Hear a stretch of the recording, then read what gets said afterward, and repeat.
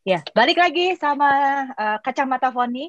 Sekian lama saya akhirnya bisa memperjumpakan dua tokoh yang luar biasa yang kemarin di konten-konten kemarin apa ya? Banyak yang sampai WA katanya diberkati sekali.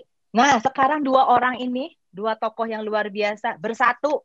Mau bahas apa? Yang pasti bukan bahas makanan, ya. Mereka pasti akan membahas makanan surga untuk kita semua. Ya, nggak Amin. lama-lama saya mau memperkenalkan hambanya yang datang jauh-jauh, Bapak Daniel Alexander, ya, Bapak 1.000 anak, oh nggak 1.000, ribuan anak gitu ya. Terus yang dari Nabire, tepuk tangan buat Bapak Daniel Alexander. Iya, 3.000 orang bertepuk tangan. Dan satu lagi, Bapak Chandra Teja, seorang yang luar biasa, yang sekarang sudah punya konten yang luar biasa juga. Kemarin aku sampai baca ada konten Bapak yang 3 minggu lalu itu tentang apa tuh Pak, bisnis bisnis money laundry itu. Money Nah, game. money game. Nah, itu yang sampai ada yang berteriak karena diobrak-abrik gitu. Nah, dua orang ini sama-sama anak Tuhan, sama-sama hamba Tuhan yang luar biasa dipakai Tuhan. Dan hari ini mau sama-sama memberikan nutrisi makanan yang pastinya akan membuat kita harusnya makin Panas kuat dingin. lagi. Panas dingin, Panas ajab-ajab. dingin. Oke. Ajab-ajab ya. Hari ini kita sepakat kita mau ngebahas tentang COVID ya. Karena ternyata 1 tahun berlalu COVID masih aja jadi masalah buat kita. Hal yang harus kita hadapi setiap hari. Nah, semakin banyak juga anak-anak Tuhan yang kena, hamba-hamba Tuhan juga. Dan hari ini kita mau membahas bagaimana caranya kita harus menang di atas COVID ini, gitu ya. Dan gak lama-lama saya lebih baik serahkan kepada Pak Daniel dulu untuk membahas apakah COVID ini bisa dirubah untuk menjadi sesuatu yang buruk ini bisa menjadi sesuatu yang mendatangkan berkat buat kita gitu. Pak Oke. Daniel, oke. Ya, bentar. Ini lagi ngatur dulu. Jadi yang Facebook dan Instagram supaya tahu yang bicara tadi Ibu cantik itu sudah punya anak 2. Oke. Suaminya namanya Semi. Air Ranger yang hebat di Bandung. Nah, supaya saudara kenal. Walaupun tema kita topik bukan topik. Acara ini namanya Kacamata Foni, tapi maafkan yang bernama Nyonya Foni tidak pakai kacamata hari ini. Oke. Tapi dimaafkan. Baik. Ya, saudara-saudara yang ada di IG, di FB, maaf ini mendadak sekali memang. Nah, baru 20 menit dulu saya sampai cepat-cepat itu. Puji Tuhan. Tapi luar biasa. Baik. Tuhan akan menolong kita untuk mengerti ya apa yang dikerjakan Tuhan, Papa kita di surga, dan apa yang dikerjakan setan. Kita harus membedakan. Saya ulangi, kita harus membedakan apa yang Tuhan kerjakan dan yang setan kerjakan. Secara garis besar begini, yang Papa kita kerjakan selalu membangun, selalu memulihkan, selalu menghasilkan damai, selalu membawa sukacita dan kebahagiaan. Selalu. Ya, amin. Nah, yang setan kerjakan itu selalu merusak, selalu menghancurkan, membuat permusuhan, dan akhirnya kematian. Nah, itu jelas bedanya. Nah, pasti ada yang bertanya, ya kenapa sih kok Tuhan itu tidak langsung mengalahkan setan saja daripada mereka merusak dan mengacau? Nah, saudara, masalahnya di sini. Ketika Adam dan Hawa sebagai anak pertama Tuhan yang ditaruhkan di Taman Eden, itu sudah diberi otoritas. Kalau kita ingat Kejadian 1:26, bahwa manusia itu luar biasa serupa dan segambar dengan Tuhan. Tujuannya supaya manusia itu menguasai, memanage, mengelola bumi ini. Jadi mandat Tuhan untuk manusia mengelola bumi itu diberi mandat dan hak 100%. Semua diserahkan. Tapi kita tahu dalam ketidaktaatan mereka berdua, maka otoritas itu jatuh ke tangan iblis. Nah, tolong saudara buka 1 Yohanes 5:19. Itulah hasil dari kehancuran karena ketidaktaatan. 1 Yohanes 5:19. Kita semua berasal dari Tuhan. Jelas, itu tidak perlu kita ragukan. Tetapi walaupun kita berasal dari Tuhan, kita ini punya masalah. Masalahnya adalah kita tinggal di bumi. Nah, dalam 1 Yohanes 5:19 itu seluruh bumi. Nah, ini perlu tahu, seluruh bumi itu sedang dan masih di dalam kuasa si jahat. Walaupun kita berasal dari Tuhan. Nah, sejak kapan seluruh bumi ini berada di bawah kuasa si jahat? Ya, sejak Adam dan Hawa tidak taat. Puji Tuhan. Bukan seluruh universe, seluruh alam semesta. Tidak. Hanya planet bumi yang berada di bawah kuasa si jahat. Hanya planet bumi. Maka itu setan tidak pernah ngobrak-ngabrik planet-planet yang lain. Karena nggak ada orangnya di situ. Nggak ada yang mereka bisa ganggu. Hanya bumi ini.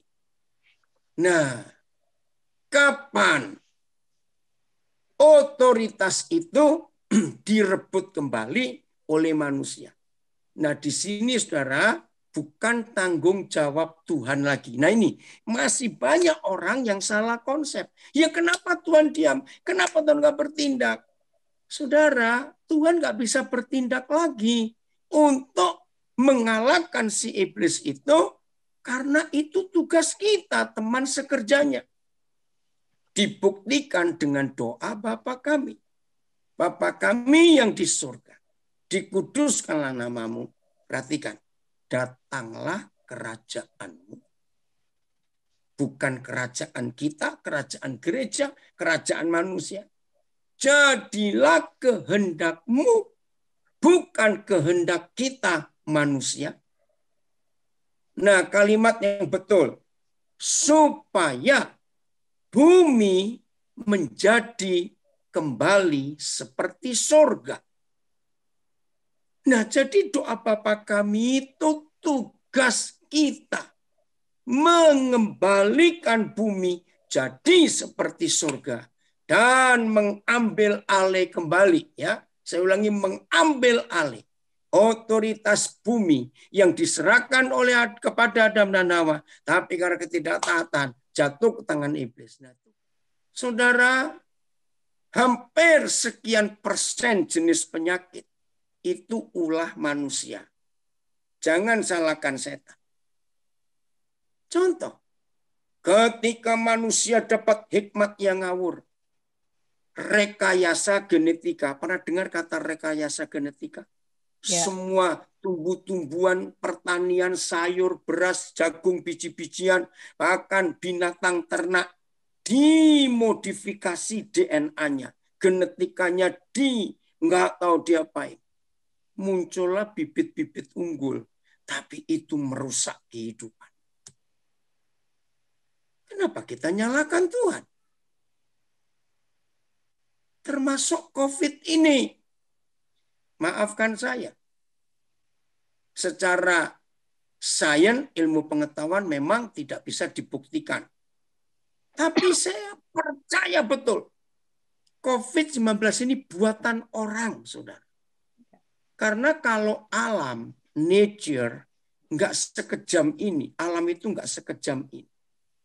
Alam itu tetap tunduk pada peraturan Tuhan. Tapi manusia yang merusak. Oke, ayat yang terakhir untuk bagian ini, baru saya masuk ke COVID. Yesaya 24 ayat 5. Nah, itu jelas. Maka itu kalau sampai ada di antara saudara masih protes, kenapa ada kekeringan di Afrika? Kenapa kalau musim panas di Amerika, di Australia, kebakaran, hujan luar biasa, di Eropa juga. Apa susahnya Tuhan buat hujan? Nah, Tuhan lagi yang disalahkan. Banjir, longsor, itu kan ulah manusia. Karena hutan digunduli. Nah, Yesaya 24 ayat 5 berkata begini, Tuhan ngomong, bumi cemar, bumi rusak, bumi terpolusi, bumi kacau. Karena penduduknya. Bukan karena setan, bukan karena binatang, bukan karena Tuhan. Baca baik-baik. Saudara, kalau saya pakai kalimat kasihan Tuhan, disalahkan. Apa-apa Tuhan mana? Apa-apa Tuhan kenapa enggak bertanggung jawab?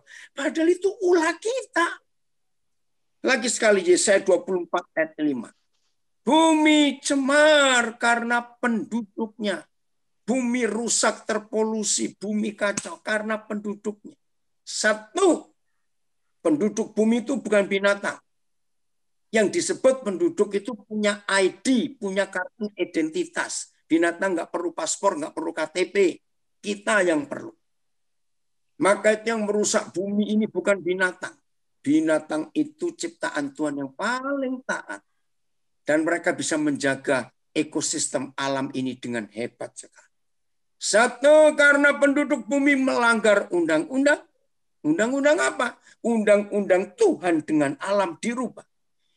Penduduk bumi mengubah ketetapan dan mengingkari perjanjian abadi. Walaupun cuma 3 hal yang manusia buat, tapi itu fatal. Catat ya, Yesaya 24 ayat 5. Jangan kita suka nyalakan Tuhan dalam hidup ini. Karena itu semua karena kita. Ya, ada komen. Rekayasa genetika juga disebut modifikasi genetika. Adalah manipulasi, maaf ya, adalah manipulasi langsung gen suatu organisme menggunakan bioteknologi. Betul. Ini yang merusak. Mary, sudah sembuh ya? Jadi jangan takut. Ini anak saya berapa hari lalu di tes suami istri positif. Tuhan bertindak untuk kalian dua.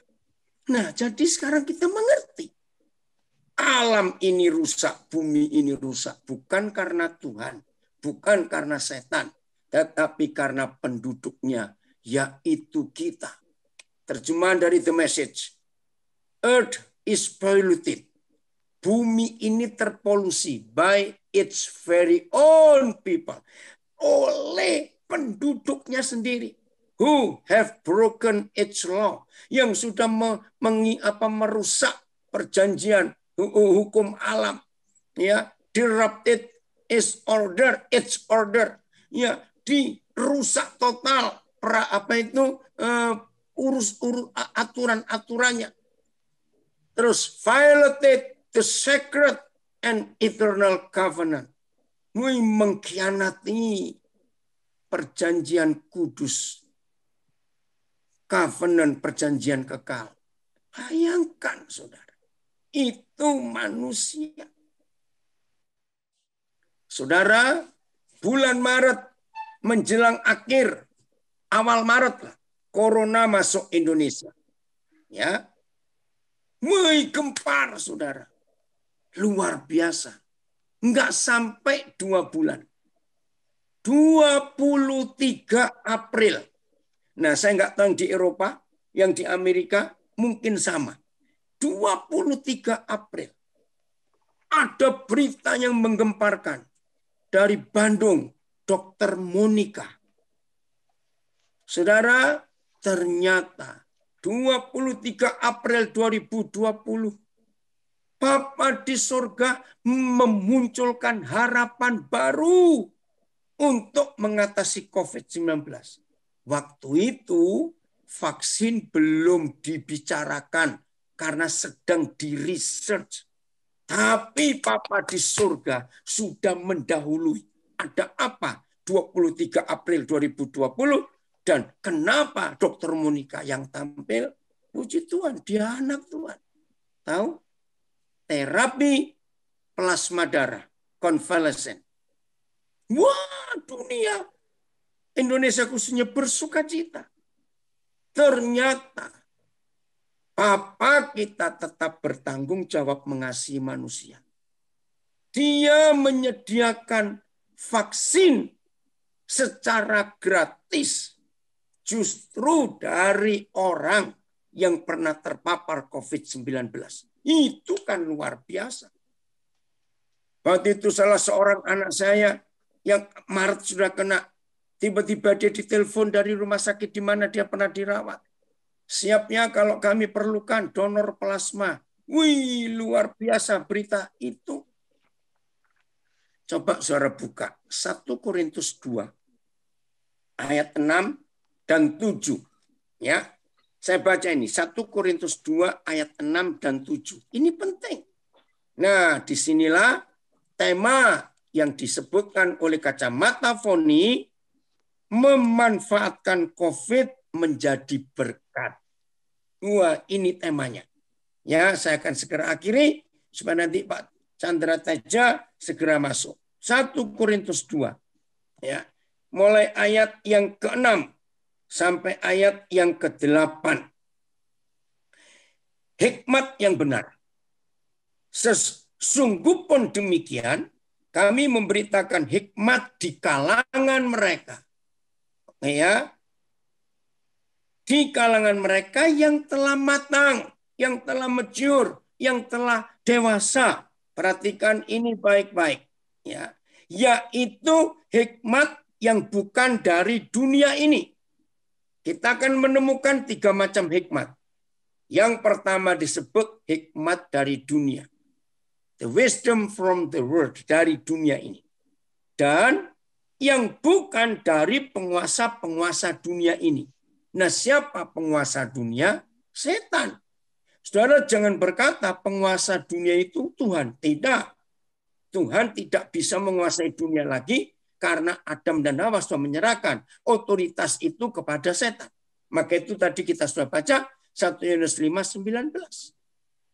Yang pertama, hikmat dari dunia. Kedua, hikmat dari setan-setan. Ya. Yaitu penguasa-penguasa yang akan ditiadakan. Setan akan dilenyapkan. Nanti sesuai kitab Wahyu. Tetapi yang kami beritakan ialah hikmat Tuhan. Nah, ada 3 macam hikmat. Lagi sekali, 1 hikmat dari dunia, hikmat kepandaian orang-orang, ya termasuk mereka bisa menciptakan vaksin, itu hikmat dari surga. 2 hikmat dari setan, 3 hikmat dari Bapa kita. Ya, terus dan maaf ayat 7. Tetapi yang kami beritakan ialah hikmat Tuhan yang tersembunyi dan rahasia. Saudara garis bawahi, ini dahsyat. Yang sebelum dunia dijadikan telah disediakan Bapa. Nggak main-main loh. Bukan cuma untuk manusia, untuk gerejanya. Tapi bagi kemuliaan kita. Wow, ini nggak main-main. Untuk kemuliaan kita. Hikmat itu. Catat yang tersembunyi dan rahasia. Wah, kalau bukan dengan kuasa Roh Kudus kita nggak mungkin mengerti. Ayat 8. Wah, ini keren. Dan inilah bodohnya si iblis. Untung saya ngomong di begini, mereka nggak dengar. Puji Tuhan. Yang dengar cuma Tuhan dengan kita. Serius. Jadi kalau kita ngomongin setan, mereka nggak dengar. Oke ya? Begitu jangan takut ngomongin mereka. Jangan. Nah, lihat setan itu bodoh betul. Tidak ada dari penguasa dunia ini yang mengenalnya. Siapa penguasa dunia itu? Ya setan-setan yang goblok itu. Kunyuk-kunyuk kurang ajar itu. Nggak ada yang mengenalnya. Terus, sebab, ini loh, indah sekali ayat ini. Sebab, kalau sekiranya mereka mengenalnya, mereka tidak menyelipkan Yesus Tuhan yang mulia. Oh, saya ngerti. Jadi begini. Setan itu bencinya kepada Tuhan Yesus. Sudahlah. Sampai keluar ubun-ubunnya setan sana. Bencinya. Pokoknya setan ingin bunuh Yesus. Ini orang harus dimatiin ini. Kalau tidak dimatiin, neraka kosong gara-gara orang ini. Kita kekurangan penduduk. Setan berhasil membunuh. Nah, nyeselnya sampai hari ini setan itu. Ternyata Tuhan Yesus itu jauh lebih sakti setelah dibunuh. Catat. Jadi Tuhan Yesus itu jauh lebih hebat, lebih sakti setelah dimatiin oleh si goblok itu tadi. Nah, setelah setan sadar, ternyata Tuhan Yesus lebih sakti daripada sebelum dibunuh.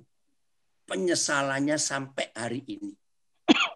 Setan berkata gini, kalau gue tahu dia itu bisa sehebat ini setelah mati, lebih baik dulu kita biarkan dia hidup sampai kakek-kakek umur 2000 tahun di dunia. Ngerti nggak konsep ini, saudara? Tapi terlambat, sudah dibunuh kok. Betul, saudara, ini luar biasa. Nah, jadi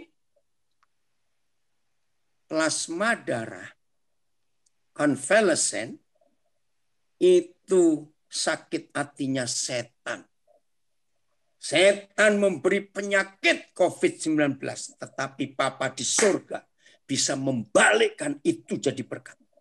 Maka itu saudara, bulan Oktober, saya lupa tanggalnya, cari di websitenya Metro TV. Ada program singkat, cuma 10 menit. Tiba-tiba saya bisa ikut dengar. Judulnya menarik, Darahmu Obatku. Cari, klik di Metro TV websitenya. Darahmu Obatku. Loh, saya kaget. Ini kan konsep Tuhan Yesus. Darah Yesus itu obat buat kita. Nah, ternyata di Metro TV dibahas bulan Oktober 2020 untuk mendonorkan plasma darah. Nah, ketika saya beritakan itu viral hari-hari itu 23 April. Yohanes 15. Ini loh. Saudara dan saya akan tetap terjaga dan terlindung, ya, kalau hidup kita seperti ini. Ayat 7. Jikalau kamu tinggal di dalam aku dan firmanku tinggal di dalam kamu. Saya belum baca dulu kalimat terakhirnya, karena kalimat terakhir ini banyak disalahgunakan. Ya, dengarkan. Jikalau saudara tinggal di dalam Yesus dan firman-Nya tinggal di dalam kita. Nah, saudara, saya percaya semua kita yang menggenapi dua hal ini. Saudara tinggal di dalam Yesus dan firman-Nya tinggal di dalam kita. Ya, posisi ini dulu. Nah, saya beri contoh. Di dalam hukum internasional, semua kantor kedutaan besar dan konsulat jenderal dan rumah duta besar dan rumah konsul jenderal di seluruh dunia itu tempat yang paling aman untuk penjahat di negara itu. Jadi kalau ada penjahat sejahat apa, ya, pembunuh ganas, pembunuh sadis sedang dikejar oleh polisi di suatu negara, di suatu kota. Dan penjahat ini bisa melihat itu ada kedutaan. Nggak peduli kedutaan apa saja. Begitu penjahat ini bisa masuk saja ke halaman. Belum ke dalam gedungnya. Maka aparat negara yang mengejar penjahat ini harus mundur. Penjahat ini aman untuk sementara. Boleh cari suaka. Itu namanya kekebalan diplomatik atau immunity, bahasa Inggrisnya. Saudara, ini yang kita harus tahu. Nah, saudara, kita melihat fakta ini. Saudara dan saya sekarang ada di dalam siapa? Kalau saya tanya, kita ini sedang di dalam rumahnya siapa? Tidak semua yang mengaku Kristen murid Yesus, orang itu tetap tinggal di dalam Yesus. Setuju tidak saya ngomong? Setuju. Yang kedua, siapa yang di dalam hidup kita ini? COVID ini memang kurang ajar. Begitu menakutkan. Maka itu saya selalu bilang pada semua orang, kalau kamu dinyatakan positif, apalagi baru dites, bilang reaktif, udah usah panik. Enggak usah panik. Itu cuma flu, pilek, saya bilang begitu. Diam dulu, tenang. Ini loh, karena sosial media ini kurang ajar, saudara. Saya jengkel betul. Mengapa yang diberitakan kok yang mati-mati? Padahal yang mati itu cuma sedikit. Yang sembuh itu lebih banyak. Kita di dalam siapa? Ada di rumah siapa? Lalu pertanyaan kedua, siapa di dalam aku? Kalau saudara dan saya tetap di dalam Yesus dan firman-Nya dalam kita. Lihat janjinya. Ayat kalimat berikut masih ayat 7. Mintalah apa saja yang kamu kehendaki dan kamu akan menerimanya. Nah, banyak orang Kristen menyalahgunakan. Loh, kalau gitu boleh minta apa-apa dong. Dengar baik-baik. Kalau orang itu di dalam Kristus Yesus dan firman-Nya di dalam orang itu nggak akan minta yang aneh-aneh. Setuju? Nggak akan. Maka itu kalau saudara membaca ayat ini, loh kalau gitu enak dong ya, boleh minta apa-apa. Pakai otak, pakai hati. Jangan asal baca. Awas saudara. Yang di dalam aku dan firmanku di dalam orang itu dijamin minta apa saja. Dan orang seperti itu mintanya nggak aneh-aneh, minta gajah 4, ya enggak. Terus minta pesawat 3, gerbong kereta api 2, mau apa? Piknik, Pak. Betul? Mau piknik kemana? Kereta api. Ayat yang terakhir, sedang 2 ayat tadi itu. Saudara, sampai kira-kira bulan Oktober, kira-kira dari bulan Maret tahun lalu, pasal terkenal yang jadi trending topik di hidup gereja Tuhan itu Mazmur 91. Betul enggak? Wow, tiap hari dikotbahkan, dikatakan, ayo Mazmur 91 memang hebat.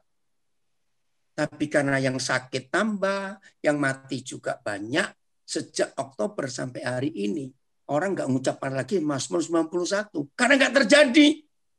Walaupun sudah dihafalkan. Nah, kenapa nggak terjadi? Karena cuma diulang-ulang jadi mantra. Padahal Mazmur 91 itu kuncinya ada di ayat 14. Tolong saudara buka yang belum tahu. Ya, ayat 14-nya. Yang hatinya melekat kepadaku, maka aku akan meluputkan dia. Nah, yang kedua ini saya nggak boleh salah bacanya. Meluputkan tahu nggak? Melindungi dari yang jahat ini. Jadi kalau suara orang Jawa bilang dermimil, ngomong itu loh, Mazmur 91. Tapi hatimu nggak melekat kepada Tuhan. Percuma. Mazmur 91. Lihat. Sungguh hatinya melekat kepadaku. 1, maka aku akan meluputkannya. 2, aku akan membentenginya. Sebab, orang itu mengenal namaku. Maaf ya saudara, tidak ada masker dan pembunuh kuman di tangan kita yang sehebat janji ini. meluputkan dan membentengi. Nggak ada. Saya itu kadang-kadang lucu juga mendengar banyak orang. Saudara pernah dengar nggak sih? Banyak orang nggak tahu. Ya, 14. Tuhan berkata, jika orang percaya kepadaku akan menyelamatkan. Oh, percaya kepadaku ya. Dengan saudara, ini loh, sebetulnya simpel loh mengalahkan apa itu virus COVID-19 ini. Cuci tangan pakai sabun. Ternyata virus ini mati itu karena sabun. Loh, betul tidak, saudara? Logikanya. Ayo minum sabun ya. Loh, karena COVID-nya mati karena sabun kok. Kok gampang sekali? Luar biasa. Nah, saya mau catat. Ya, dengarkan ini baik-baik. Apa yang Tuhan mau katakan kepada kita? Ya, dengan dua ayat ini. Ya, Yohanes 15 ayat 7 dan Mazmur 91 ayat yang ke-14. Tidak ada tempat yang begitu aman dalam hidup kita selain saudara dan saya tinggal di dalam Dia, di rumah Bapa di surga, bukan mati loh. Ya. Dan firman-Nya di dalam kita, bukan ketakutan. Karena COVID juara sampai nggak bisa tidur. Itu bukan firman Tuhan. Kalau ada firman di hati kita, nggak akan. Dan hati kita melekat kepada Dia, dan kita mengenal nama Bapa. Maaf loh saudara, hari-hari ini orang-orang itu jauh lebih kenal nama COVID daripada nama Bapa. Ayo ngaku. Ya. Hari-hari ini orang lebih sering mulutnya dipenuhi COVID. Harusnya mulut kita penuh dengan firman. Mulut kita penuh dengan puji-pujian. Mulut kita penuh dengan membesarkan Tuhan kita. Stop membesar-besarkan COVID. Stop. Besarkan Tuhan kita. Memang dia ada, virus ini ada. Kita nggak bisa mengingkari. Maka itu lihat ya. Ayo hati kita melekat kepada Dia. Dan kita mengenal namanya. Maka kita diluputkan dan dibentengi. Ini penjagaan yang paling hebat. Jadi jangan takut. Papa kita tetap bertanggung jawab untuk kita. Jadi manfaatkan COVID untuk membuat kita makin mengenal Papa. Manfaatkan COVID untuk kita makin dekat kepada Tuhan. Manfaatkan COVID, suami istri lebih akrab, lebih kenal. Karena baru tahun 2020 dan Januari ini kita dipenjara di rumah sendiri. Harusnya makin indah dong hubungan suami istri. Nggak makin ribut. Jadi COVID ini kita manfaatkan dengan hikmat dari Bapa di surga. Jangan takut dengan COVID. Tetap takut kepada Tuhan. Tuhan Yesus memberkati. Lanjut kepada kacamata Foni. Ya. Saya langsung serahkan pada Pak Chandra aja. Bagaimana menurut Pak Chandra? Ya. Terima kasih Koden atas firman-Nya yang luar biasa. Sama-sama. Ya, memang menarik. Kalau saya juga percaya di balik segala peristiwa itu ada maksud Tuhan. Menyambung apa yang sudah dibahas oleh Koden, saya percaya bahwa COVID ini bukan pertama kali yang mencekam gitu penduduk dunia. Tadi saya katakan sebelumnya sudah ada yang jauh lebih besar dari COVID-19 yaitu Spanish flu. Bahkan vaksinnya baru ditemukan beberapa tahun kemudian. Kita ini patut bersyukur gitu karena di zaman teknologi yang sudah maju ini riset vaksin itu sampai ya sebenarnya ini adalah pemakaian yang darurat ya, tapi patut disyukuri itu hanya kira-kira 1 tahun. Biasanya semua vaksin itu di atas 5 tahun baru bisa ketemu, gitu ya. Jangankan COVID, coba ceklah sejarah ditemukannya vaksin cacar, vaksin polio dan segala macam itu bertahun-tahun. COVID yang ini luar biasa, hanya 1 tahun. Nah, oleh karena itu, kalau dari kacamata saya, tadi kan kacamata Poni ini kacamata saya melihat ada maksud Tuhan di balik segala peristiwa. Kalau saya melihat yang positif dari pandemi COVID-19 ini, Tuhan mau kita justru di zaman pandemi ini lebih mendekatkan diri kita kepada Tuhan. mencari kehendaknya dia gitu. Nah, tetapi sayangnya bukan bermaksud menjelek-jelekan kebanyakan, atau saya sebut, saya rendahkan, tidak sedikit gereja yang justru menurut saya tidak mencari kehendak Tuhan. Malah mereka seperti tadi yang Koden katakan, menyalahgunakan ayat sehingga seakan-akan tenang aja, kamu sebut nama Yesus itu penyakit minggir begitu ya. Tapi kita lihat berapa banyak juga hamba Tuhan yang akhirnya kena juga gitu ya. Karena yang COVID-19 ini kita juga tidak boleh sembarangan menggunakan nama Yesus untuk menengking yang namanya COVID-19. Saya setuju sama Koden bilang gitu. Itu bukan urusan Tuhan Yesus lagi. Kalau Tuhan Yesus bisa kita peralat untuk mengusir semua penyakit yang ada di dunia, dokter itu nggak perlu lah. Ya kan? Nggak perlu lagi orang yang cendekiawan yang kita perlukan untuk meneliti sampai menemukan vaksin COVID-19. Ya kan? Kalau semua penyakit itu hanya ditengking dalam nama Tuhan Yesus, nggak perlu rumah sakit. Kita sentuh, kita doakan sembuh. Ya, tetap mujizat itu ada. Mujizat itu ada. Tetapi yang seperti Koden bilang dalam doa Bapa kami, jadilah kehendakmu, bukan kehendakku. Kadang-kadang pendeta itu maunya kehendak dia, bukan kehendak Tuhan. Jadi kadang-kadang dia pakai, misalnya kalau dia doakan orang sembuh, nama dia ditinggikan. Tapi kalau dia doakan orang itu mati, wah itu sudah kehendak Tuhan. Kira-kira begitu ya.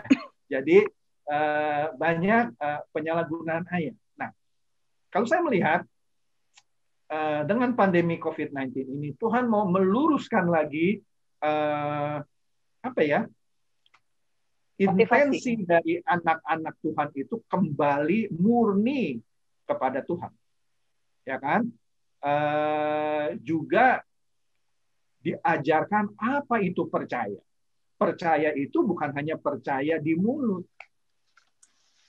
Nah, kadang-kadang kalau saya khotbahkan ini orang suka marah gitu ya. Ya pokoknya saya sudah percaya sama Tuhan. Nah, kalau Anda percaya sama Tuhan, apa respon Anda terhadap panggilan Tuhan? Percaya itu kan bukan sesuatu yang di mulut kan. Percaya itu adalah sesuatu yang kita lakukan dan kita kerjakan di setiap detik kehidupan kita. Apakah di setiap detik kehidupan kita melakukan apa yang Tuhan minta kita lakukan? Misalnya, kita sudah tahu bahwa tadi Koden sudah bilang, virus itu takut sama namanya sabun. Kita cuci tangan, ya kan, melindungi diri dengan masker dan segala macam, menjaga jarak. Itu adalah hikmat yang Tuhan berikan kepada ciptaannya, yaitu manusia. Nah, sekarang banyak juga tanda kutip lah orang-orang percaya, oh saya yang penting sudah percaya sama Tuhan Yesus, Tuhan menjaga saya nggak perlu cuci tangan, saya nggak perlu pakai masker, saya nggak perlu jaga jarak, tapi Tuhan pasti darahnya itu melindungi saya. Ini mistik. Ini mistik. Ini akan menciptakan orang-orang Kristen yang, mohon maaf, jadi stupid. Jadi stupid. Karena pengertiannya mengenai percaya kepada Tuhan Yesus agak mistik. Agak mistik. Dia tidak holistik.